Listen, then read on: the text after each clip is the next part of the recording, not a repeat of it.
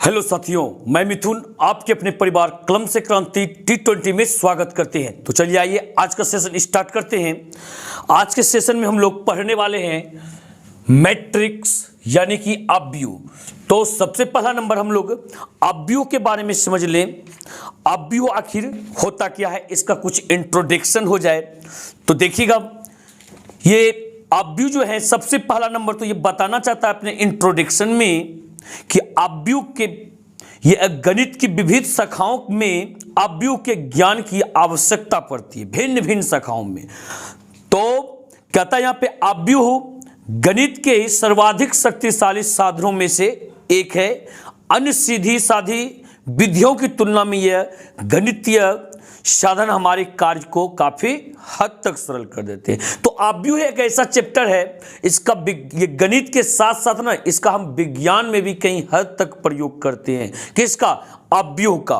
तो इसी तरह से एक हम लोग एग्जाम्पल लेके समझने का प्रयास करते हैं कि मैथमेटिक्स में किस प्रकार से इसे अप्लाई करते हैं। तो देखिएगा, यहाँ पे हम अवयव के बारे में यहाँ पे ले रखे हैं। जैसे देखिए, मान लीजिए कि हम यह सूचना व्यक्त करना चाहते हैं कि राधा के पास 15 पुस्तिकाएं हैं। राधा के पास कितने पुस्तिकाएं हैं?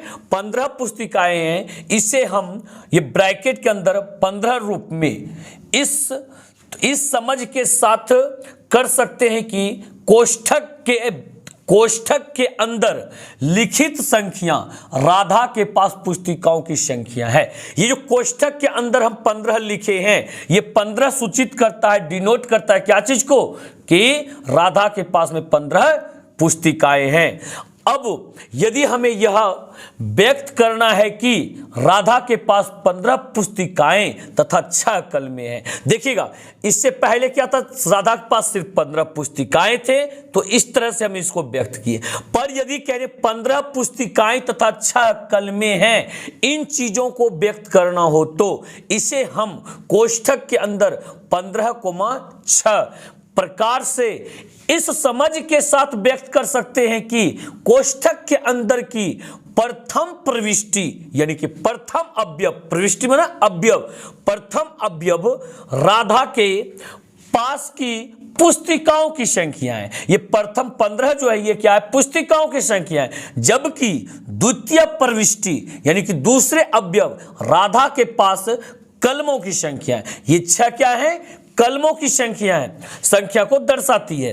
अब मान लीजिए कि हम राधा तथा उसके 2 मित्रों, देखिएगा अब आ गया क्या? राधा के साथ क्या? 2 मित्रों की बात आ गई। कौन कौन मित्र हैं इसके? फौजिया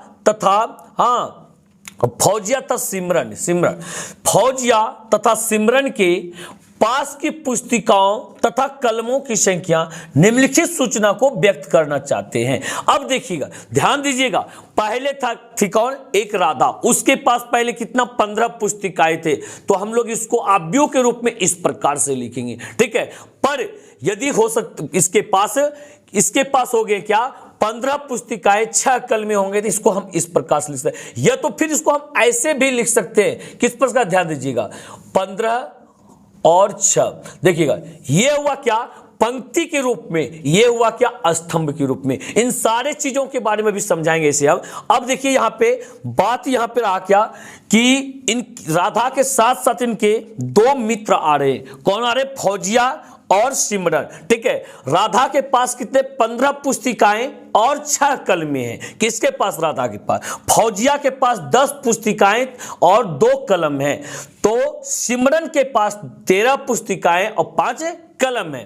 तो सारणिक रूप में, इसे हम सारणिक रूप में कैसे लिख सकते हैं? सो देखिए, सारणिक रूप में हम लोग ऐसे लिख सकते हैं। पहले सभी का नाम लिख दीजिए, राधा, फौजिया, सिमरन। राधा के सामने यहां पे लिख देंगे क्या? पुस्तिका, यहां कलम, ठीक है। राधा के पास 15 पुस्तिकाएं थे ना, 15 पुस्तिका के सामने 15 लिख दिए, यहां कलम के सामने 6 लिख दिए। फौजिया के पास मान लीजिए कि 10 पुस्तिकाएं हैं, तो पुस्तिका के सामने 10 लिख दिए, कलम 2 है तो 2 लिख दिए। सिमरन के पास में 13 पुस्तिकाएं और 5 कलम है तो लिख दिए, ठीक है। तो इसे इस ढंग से व्यक्त कर सकते हैं, इसे इस ढंग से हम लोग व्यक्त कर सकते हैं। तो ये सब हुआ सारणिक रूप में पर यहां पे अवयव के रूप में हम लोग कैसे व्यक्त करेंगे, तो इस तरह से करेंगे हम लोग, ठीक है। तो यहां 15 अच्छा 10 2 और 13 5 है। तो यहां पे बात ये हुआ, ये जो आप कॉलम देख रहे हैं, ये आपका कॉलम कहलाता है, और ये आपका, तो बात समझे, ये आपका पंक्ति यानी कि रो कहलाता है, जैसे R1 हुआ, ये R2 हुआ, ये R3 हुआ, ठीक है। और ये जो आपके कहलाएंगे कॉलम C1 और ये C2 कहलाएंगे, बात समझे। तो इसमें क्या हो रहा है, प्रत्येक पंक्ति में पहला अवयव पुस्तिका को डिनोट करती है और दूसरा अवयव जो कलम को डिनोट करती है, बात समझे। अब देखिएगा इसको तो हम दूसरे तरह से भी लिख सकते हैं। दूसरे तरह से कैसे लिख सकते हैं, सो देखिएगा थोड़ा। इसको देखिए हम लोग इस प्रकार से भी लिख सकते हैं, जैसे यहां ले लिए पुस्तिका कलम, ठीक है। 3 यहां पे कहने मतलब राधा थी, फौजिया और सिमरन थी। तो यहां पे राधा, देखिएगा ये पुस्तिका जो है, पुस्तिका के सामने क्या लिख देंगे, सभी की पुस्तिकाएं, यानी कि राधा के पास कितने 15 पुस्तिका, 15 लिख दिए, और फिर फौजिया के पास 10 तो 10 लिख दिए, सिमरन के पास 13 तो 13 लिख दिए, ठीक है। अब यहां पे देखिए कलम सभी के कलम लिख देंगे यहां पे 6 2 5, ठीक है। तो यहां पे क्या बता रहा है, यहां पे बता रहा है प्रथम पंक्ति, ये पंक्ति हो गया आपका यानी कि रो। प्रथम पंक्ति में जो है अब सारे अवयव जो है क्रमशः राधा, फौजिया और सिमरन के पुस्तिकाओं की संख्या को बता रही है, और दूसरे पंक्ति में राधा, फौजिया और सिमरन के क्रमशः ये पुस्तिकाओं की संख्या, कलमों की संख्या को बता रही है। किसकी संख्या को, कलमों की संख्या को बता रही है, ठीक है। चलिए इसको परिभाषा के तौर पे हम लोग अच्छी तरह से इसको समझते हैं और देखते हैं इसका परिभाषा क्या कहे। ये परिभाषा नंबर फर्स्ट आप ऐसे देख पा रहे होंगे। परिभाषा फर्स्ट देखिए क्या कहता है, कहता है यहां पे अवयव संख्याओं या फलनों का एक आयताकार क्रम विन्यास है, आयताकार क्रम विन्यास है। इन संख्याओं या फलनों को अवयव के अवयव अथवा प्रविष्टि कहते हैं। क्या कहते हैं, अवयव का अवयव अथवा प्रविष्टि कहते हैं। जैसे देखिएगा एक अवयव a बराबर माने हैं, यहां पे क्या -2 5 0 √5 3 6, ये सब का सब क्या है, अवयव के अवयव है, यानी कि प्रविष्टि है। ये क्या है, इसी को प्रविष्टि कहा जाता है। अब देख पा रहे हैं इस प्रकार से प्रविष्टि। चलिए इसके बाद देखिए यहां पे ये a बराबर जो लिए है, इसका ये जो होगा ये क्षैतिज कतार, ये क्षैतिज कतार कहलाते हैं। जैसे ये आपका क्या होंगे, क्षैतिज कतार। आप देख पा रहे हैं 1 2 3 गो क्षैतिज कतार है, यानी कि रो R1, इसको बोलेंगे R2, इसको बोलेंगे R3, और यहां पे ऊर्ध्वाधर स्तंभ, ये स्तंभ को जो कहते हैं कॉलम कहते हैं। यानी कि बात किया जाए कॉलम क्या हुआ है, C1, यहां पे C2। अब देखिएगा यहां पे कितने रो है, R1 है, R2 है और यहां पे R3 है, ठीक है। और यहां पे कॉलम कितने हैं, इसको देखिएगा कॉलम कितने हैं, कॉलम जो है आपके C1 है, C2 है और C3 है। इसमें क्या है, रो 3 गो, कॉलम 2 गो, इसमें रो भी 3 गो है और कॉलम भी आपका 3 गो है। चलिए इसमें देखते हैं, इसमें रो आपका एक R1, ये R2 है, पर कॉलम जो आपका यहां पे है, कॉलम जो देख रहे हैं, कॉलम कितने हैं, C1 C2 और ये C3 है। बात समझ गए यहां पे। अब इसके बाद देखिएगा, इसके बाद आपको एक चीज बताते हैं। इसमें क्या होता है, आपको यदि अवयव की संख्या निकालनी हो, अवयव की, ये अवयव है ना, इसमें कहने का मतलब आपको क्या निकालना हो, ये m और n यदि दिया गया हो, m और n आपको दिया गया हो, ऐसे आते हैं आगे अवयव के कोटि में वो चीज पढ़ाएंगे। कहां पढ़ाएंगे, कोटि में। तो इन चीजों को आप लोग समझे, क्या चाहिए, रो और कॉलम के बारे में, रो और कॉलम के बारे में। तो चलिए आगे की ओर आप जाते हैं। चलिए देखिए इसके बाद सबसे पहला नंबर समझ लेते हैं हम लोग, क्या अवयव की कोटि, अवयव की कोटि के बारे में समझ लेते हैं। इसके लिए आपको एक चीज ध्यान रखना पड़ेगा, यदि क्या चाहिए, यदि पंक्ति की संख्या m, पंक्ति की संख्या m और स्तंभों की संख्या n हो, m और n हो, बात समझे, m और n। ये m क्या है, पंक्ति यानी कि रो, और n क्या है, स्तंभ यानी कि कॉलम, यदि हो तो। याद रखिए ए जो यहां पर है आपका, ए यहां पे आपका जो कहलाएगा ये 3 गुना 2। देखिए 3 गुना 2 यानी बोले क्या, ये m की किसको बोलेंगे, r को। r देखिए क्या गो 1 2 3 r1 r2 r3, और c क्या गो है यहां पे, c 2 गो 1 2 3 गुना 2, ये कहलाएगा क्या, a जो है 3 गुना 2 आव्यूह कहलाएगा। ए जो है कि मतलब यहां पे आव्यूह वो क्या कहलाएगा, 3 गुना 2 आव्यूह कहलाएगा। बात समझे यहां पे। और बी जो कहलाएगा आपका क्या कहलाएगा, ये देखिए 3 पंक्ति भी है 3 स्तंभ भी है, यानी कि 3 गुना 3 आव्यूह कहलाएगा ये।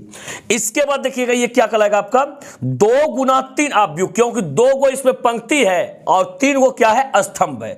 जैसे समझते हैं आयत का क्षेत्रफल लंबाई गुना चौड़ाई ना होता है, लंबाई गुना चौड़ाई, बस आव्यूह भी वैसे निकाला जाता है आपका।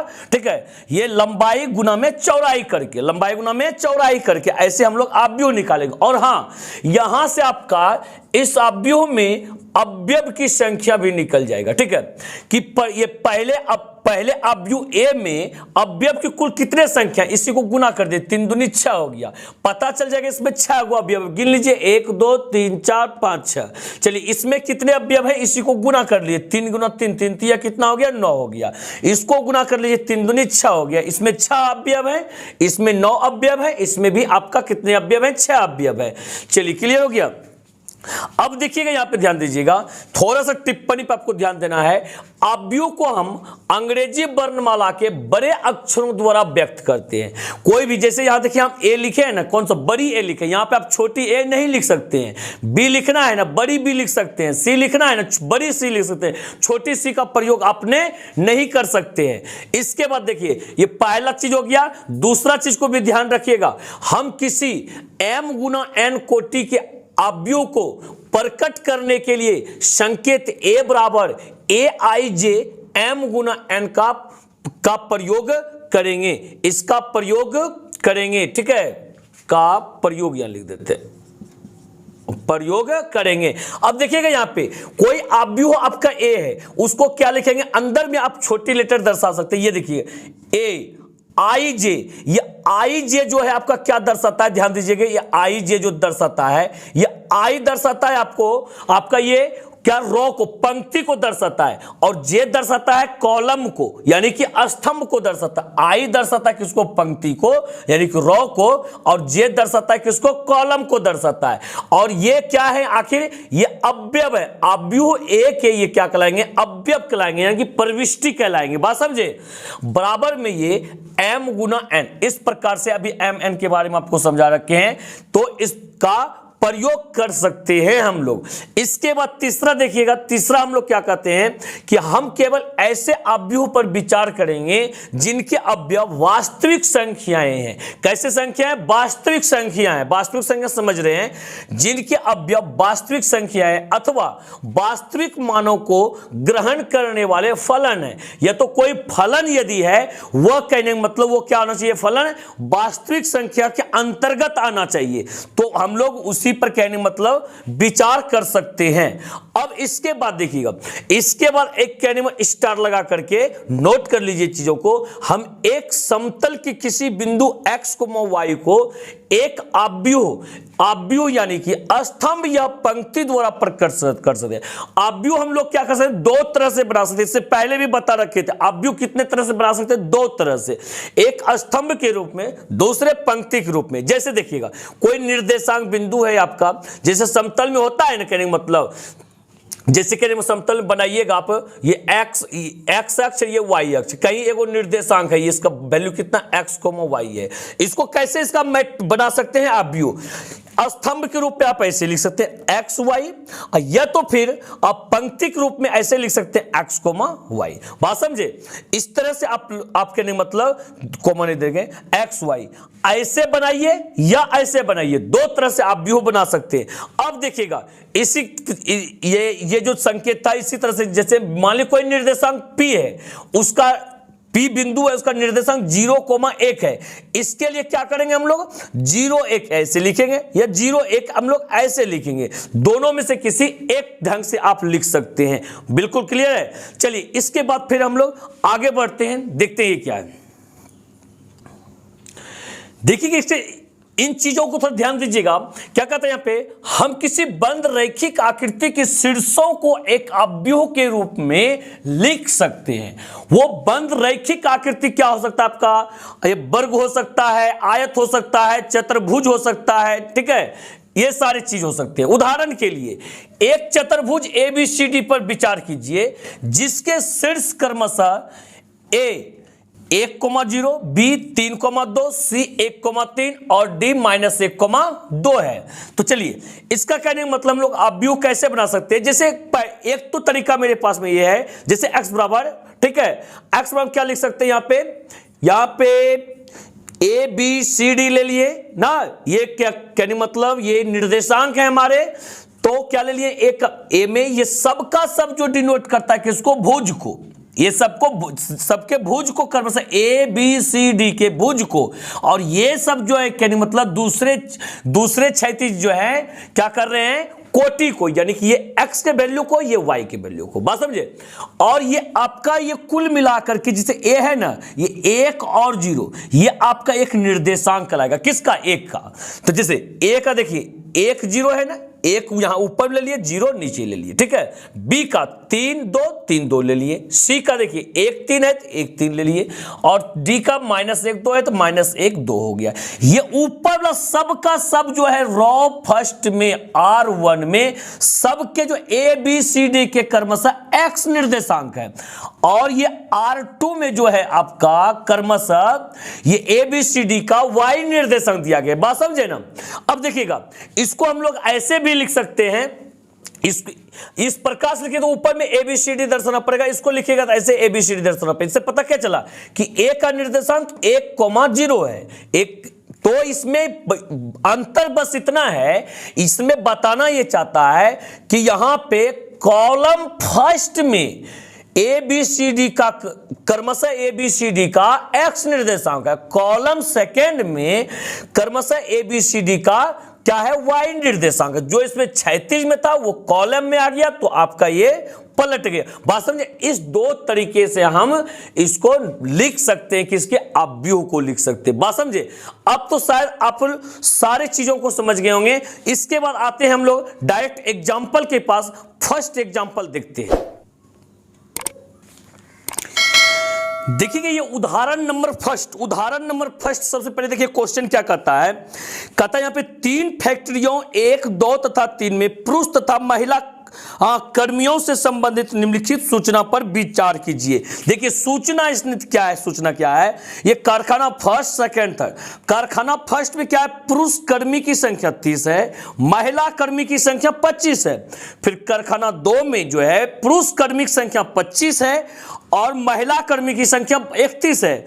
फिर 3 में क्या है, पुरुष कर्मी की संख्या 27, महिला कर्मी की संख्या 26 है। और नीचे कह रहा है यहाँ पे उपयुक्त सूचना को एक 3 गुना 2 अव्यूह में निरूपित कीजिए। क्या कहता है, फिर कहता है तीसरी पंक्ति और दूसरे स्तंभ वाली प्रविष्टि क्या प्रकट करती है। तो सबसे पहले यह देखना है क्या कहता है, 3 गुना 2 अव्यूह। देखिएगा 3 गुना 2 अव्यूह का मतलब क्या हुआ, 3 गुना 2 अव्यूह का मतलब यह हुआ कि पंक्ति रो क्या होना चाहिए, 3 गो, कॉलम क्या होना चाहिए, 2 गो। कॉलम कितना होना चाहिए, 2 गो। तो इस सूचना को आप लोग देख पा रहे हैं, तो हम लोग ऐसे बना सकते हैं, प्रदत्त सूचना को 3 गुना 2 अव्यूह के रूप में इस प्रकार प्रकट किया जा सकता है। ये तो प्रकट कर सकते हैं कि A बराबर मान लिए, A अव्यूह मान लिए, तो 3 रो बनाने के लिए तो आपको ऐसे ही लिखना पड़ेगा ना, 30 25 25 31 27 26, बात समझे। ये क्या है, पुरुष कर्मी है, ये महिला कर्मी है। कारखाना फर्स्ट में पुरुष कर्मी महिला कर्मी, और कारखाना सेकंड में पुरुष कर्मी महिला कर्मी, और कारखाना 3 में पुरुष कर्मी और महिला कर्मी। कहीं ये क्या है, 2 गुना 3 के रूप, सॉरी 3 गुना 2 के रूप में, 3 गुना 2 के रूप में। कहीं कहता 2 गुना 3 के रूप में, तो क्या करते हैं, इसको पलटा करके लिखते, बस समझे। तो चलिए ऐसे तो इसको पहले भी समझा रखे थे, वही उदाहरण में भी था। अब जो कह रहा है यहां पे नीचे, इसने क्या कहता है, यहां पे कह रहा है कि तीसरी पंक्ति और दूसरे स्तंभ। देखिए तीसरी पंक्ति कौन सा है, ये 1 2 3, तीसरा पंक्ति यही नहीं, ये 27 और 26 वाला। और कहता दूसरे स्तंभ, दूसरा स्तंभ कौन सा, ये है, बात समझिए। देखिएगा ये R1 है, ये R2 है, ये R3 है, ये C1 है, ये C2 है। तो बताइए दोनों में से उभयनिष्ठ कौन सा भुजा, कौन सा अवयव आ रहा है, कि जो कि ये R3 में भी हो और C2 में भी हो, वो आपका आ रहा है। जिससे देखिएगा यहां पे आप लोग कॉपी में नहीं कीजिएगा, वैसे देखिएगा जैसे ये आया ना आपका, और इधर से इसको खींचिए। देखिए उभयनिष्ठ कौन सा मिल रहा है, कि दोनों में है 26 मिल रहा है आपका। कौन सा मिल रहा है, 26। यानी कि ये जो 26 है आपका, क्वेश्चन में देखिए ये किसके नीचे में है, महिला कर्मी के नीचे में है। बात समझिए, 26 बता रहा है क्या, तीसरी पंक्ति और दूसरे स्तंभ की प्रविष्टि फैक्ट्री 3, ये देखिए फैक्ट्री 3 में ही है ना, फैक्ट्री 3 कारखाने में महिला कार्यकर्ताओं की संख्या प्रकट करती है। ये क्या प्रकट कर रही है, कि ये फैक्ट्री 3 के महिला कर्मी है। ये क्या है, महिला कर्मी है, क्योंकि ये सेकेंड वाला महिला है और फर्स्ट वाला क्या है, पुरुष कर्मी है। बात समझे। चलिए आते हैं अब अगले उदाहरण के पास। तो देखिएगा यहां पे उदाहरण नंबर सेकंड देखिए क्या कहता है, यदि किसी अवयव में 8 अवयव हैं तो इसकी संभव कोटियां क्या हो सकती है। संभव कोटियां क्या हो सकती है, संभव कोटियां के बारे में बोल रहे हैं। तो देखिए संभव कोटियां जो होंगे आपका, ये कितने हैं यहां पे, यदि किसी अवयव में 8 अवयव हैं, 8 अवयव हैं, यहां लिखेंगे सबसे पहला नंबर, चूंकि 8 बराबर, देखिए 8 बराबर क्या क्या लिख सकते हैं, कि 1 गुना 8 लिख सकते हैं, बराबर, और क्या लिख सकते हैं, 8 गुना 1 लिख सकते हैं, बराबर, और क्या लिख सकते हैं, 4 गुना 2, और लिख सकते हैं 2 गुना 4 लिख सकते हैं। इसके अलावा कुछ लिख सकते हैं आप क्या, बिल्कुल नहीं लिख सकते हैं। तो यहां पे लिखेंगे इसलिए संभव कोटियां बराबर, इसलिए संभव, ये तो कुल संभव लिख दीजिए यहां पे, इसलिए कुल संभव कोटियां बराबर क्या हो जाएगा, पहला एक तो ही हो जाएगा आपका क्या, 1 2 3 4 कोटि हो गए। एक तो होगा क्या, 1 गुना 8, ठीक है। दूसरा क्या हो जाएगा, 8 गुना 1। तीसरा क्या होगा, 4 गुना 2, और चौथा क्या होगा, 2 गुना 4। मतलब कि अवयव को हम लोग इतने प्रकार से बना सकते हैं, कोटि 1 गुना 8 से, एक 8 गुना 1 से, दूसरा 4 गुना 2 से, और अगला 2 गुना 4 से। बात समझे, ये आपका कोटियां हो गए, और इस प्रकार से ये क्या हो गया आपका आंसर। चलिए आते हैं उदाहरण नंबर 3 में। देखिएगा इसके बाद हम लोग देखते हैं उदाहरण नंबर 3। उदाहरण क्या कहता है, एक ऐसे 3 गुना 2 अवयव की रचना कीजिए जिसके अवयव aij बराबर half mod of i minus 3j द्वारा प्रदत्त है। बात समझे। तो यहां पे ध्यान दीजिएगा क्या क्या रहा है, यहां पे 3 गुना 2। 3 गुना 2 का मतलब आप लोग समझ सकते हैं ना, अब तो समझ सकते हैं कि r आपका 3 होना चाहिए, c आपका कितना होना चाहिए, 2। तो r देखिए यहां पे ले लिए 3, 1 2 3, 2 3 ले लिए, और स्तंभ कितना 2 ले लिए। बात समझे। तो उसी तरह से लिख लिया क्या, यहां पे माना कि a बराबर। तो अब यहां देखिएगा इसको कैसे आप लोग लिखिएगा, इसको कैसे लिखना है। ये देखिए पहला जो है ये है क्या, aij। यहां 1 और 1 का मतलब क्या, i का वैल्यू 1, j का वैल्यू 1। अब बात रहा कि एक कैसे इसको लेंगे, ठीक है। ये i जो पहला चीज जो डिनोट करता है, किसको करता है, पंक्ति को, किसको, पंक्ति को। और ये दूसरा जो होता है वो कहने मतलब ये स्तंभ को कहने मत दर्शाता है। यानी कि R1 में आपको क्या, किसमें, R1 में आपको यहां पे 1 लेना है, ठीक है। तो ये A वन A1, ठीक है। तो और C1 में 1 लेना है, C2 में 2 लेना है। इस प्रकार से आप लोग समझ सकते हैं ये A1 1 और A1 2 हो गया आपका। अब देखिए ये दूसरा R2 है ना, ये क्या है R2 है, तो यहां पे ले लिए A2 और ये C1 हुआ तो यहां पे 1 लिए, यहां पे 2 लिए, यानी कि ये A21 A22। तो उस बात समझ सकते हैं यहां पे A31 A32। तो चलिए इन चीजों को आप लोग समझिए। तो अब हमें क्या करना है, ये चीज दिया गया था, क्या दिया गया था यहां पे कि Aij बराबर हाफ I माइनस 3j, ठीक है, mod of I minus 3j। तो एक चीज बताइएगा, अभी जस्ट यहां पे जब निकाले 3 हुआ 2, अब बोले थे ये I होता है ये j होता है, ठीक है। तो कोमा I बराबर क्या हो सकता है 1 2 3 हो सकता है, और तथा j बराबर 1 2 होगा। अब हम लोग क्या करें, मतलब ये सारे अवयव को बारी बारी से निकालेंगे, ये सारे अवयव को बारी बारी से निकालेंगे। पहला चीज क्या निकालेंगे A11। A11 का मतलब क्या आप समझ सकते हैं, पहला I दूसरा j। अब यहां वैल्यू, इसमें क्या करना है वैल्यू बैठा देना, ठीक है, इसमें वैल्यू बैठा देना है, क्या चीज 1/2 mod of I minus 3j, I minus 3j। तो बराबर में ये क्या हो जाएगा बताइए, तो 1/2 I की जगह क्या रखेंगे 1 माइनस 3 गुना j की जगह क्या रखेंगे 1 रखेंगे, मॉड ऑफ में 1/2, ये 1 माइनस 3 गुना 1 3 हो गया, ठीक है, बराबर में 1/2 मॉड ऑफ माइनस 2 हो गया, ये माइनस 2 हो गया। तो 1/2 गुना, ये देखिए माइनस 2 जब मॉड से बाहर निकलेगा तो प्लस में होता है, ठीक है, बराबर में ये 1 हो गया। इसका वैल्यू क्या हो गया, पहला का वैल्यू 1 हो गया। अब देखिएगा दूसरा वैल्यू निकालते हैं, और वो देखते दूसरा वैल्यू क्या है। अब दूसरा जो है यहां पे A12 निकालना है, ठीक है, दूसरा क्या निकालना है A12 निकालने के लिए आप क्या कीजिएगा, यहां पे 1/2 I की जगह 1, यानी कि 1 माइनस j की जगह क्या रखना है 2 रखना है, 1 गुना 2, ठीक है, यानी कि I की जगह a रखना है, j की जगह पे 2 रखना है। चलिए इसको बनाइए, 1/2 मॉड ऑफ 1 माइनस 3 दूनी कितना हो गया 6 हो गया, ठीक है, बराबर में 1/2 गुना में 1 में 6 गया तो माइनस 5 हो गया, किसमें मॉड में, ये बड़ी ब्रैकेट ने मॉड, ये क्या है मॉड बड़ी ब्रैकेट ने, ठीक है, ये मॉड है। तो यहां पे हो गया। अब क्या होता है, यहां पे 1/2 गुना ये माइनस 5 है, मॉड से निकलेगा तो प्लस में 5 हो जाएगा, बराबर 5 गुना 1 क्या हो गया 5/2 हो गया। बात क्लियर हो गया। दूसरा अब देखिएगा ये निकालेंगे A21, ठीक है, A21 का मतलब क्या हो गया हाफ, ये क्या है यहां पे I की जगह क्या रखेंगे 2 माइनस 3j 3 गुना 1, बात समझे। अब यहां पे क्या करना है 1/2 मॉड ऑफ, यहां हो गया 2 माइनस 3 का 3, बराबर में 1/2 मॉड ऑफ 3 में से 2 में से 3 गया तो माइनस 1, बराबर में 1/2 गुना में 1 बराबर में 1/2 हो गया।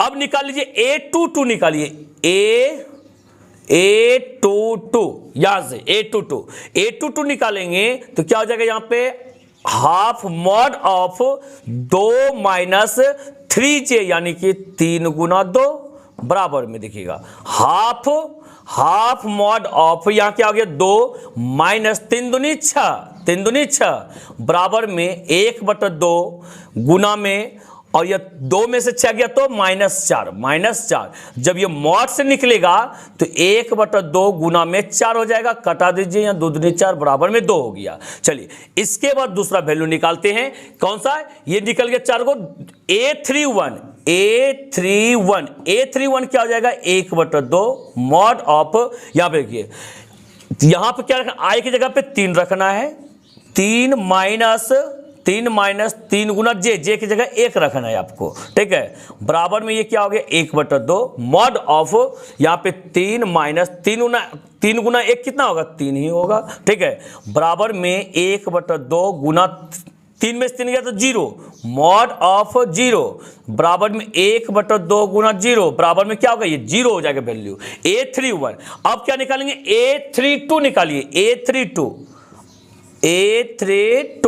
A32 निकालेंगे यहां पे, तो रखिए यहां पे, अब तो सारे चीज आप लोग समझ रहे हैं तो बिल्कुल।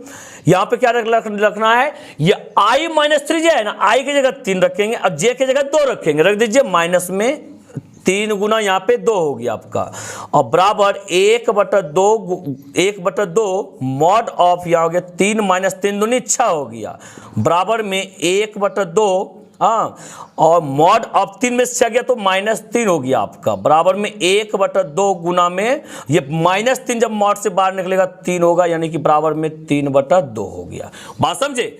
तो अभिष्ट अव्यूह क्या लिखेंगे यहाँ पे? अभिष्ट अव्यूह बराबर अभिष्ट अव्यूह, अव्यूह बराबर अभिष्ट अव्यूह, तो a बराबर यहां पे क्या हो जाएगा? चलिए रख दीजिए आप, a बराबर जो रखेंगे हम लोग, देखिएगा a11 कितना आया? 1 आया, तो यहां पे आप 1 रख दीजिए। फिर देखिएगा a12 कितना आया है? यहां 5/2 आया, तो 5 यहाँ पे 2 रख दीजिए आप। a21 कितना आया है? a21 1/2, तो यहाँ पे 1/2 रख दीजिए। अब फिर a22 कितना आया है? a22 कितना? 2 आया, तो यहाँ पे आप 2 रख दीजिए। अब देखिएगा a31 कितना आया? 0, तो 0 रख दीजिए। और फिर a32 कितना आया? यहाँ पे 3/2 आया, 3/2 रख देना है आपको। बात समझे? यहाँ पे हो गया। इस प्रकार से आपका क्या ये क्लियर हो गया। अब आते हैं फिर हम लोग अगले क्वेश्चन की तरफ। आप लोग इसका स्क्रीनशॉट वगैरह ले लीजिए और चलिए देखिए अगला क्वेश्चन को। तो देखिएगा अब हम लोग पढ़ेंगे क्या? अव्यूह के प्रकार। अव्यूह के प्रकार के बारे में, जो कि मोस्ट इंपॉर्टेंट चीज है। चलिए इसको हम अगले वीडियो में, यानी कि शाम में आज रात 8 बजे लाइव क्लास में आपको अव्यूह के प्रकार बताया जाएगा। उसके बाद फिर हम आगे एक्सरसाइज की बातें करेंगे। तो चलिए आज यहीं तक क्लास। इसी के साथ जय हिंद, जय भारत।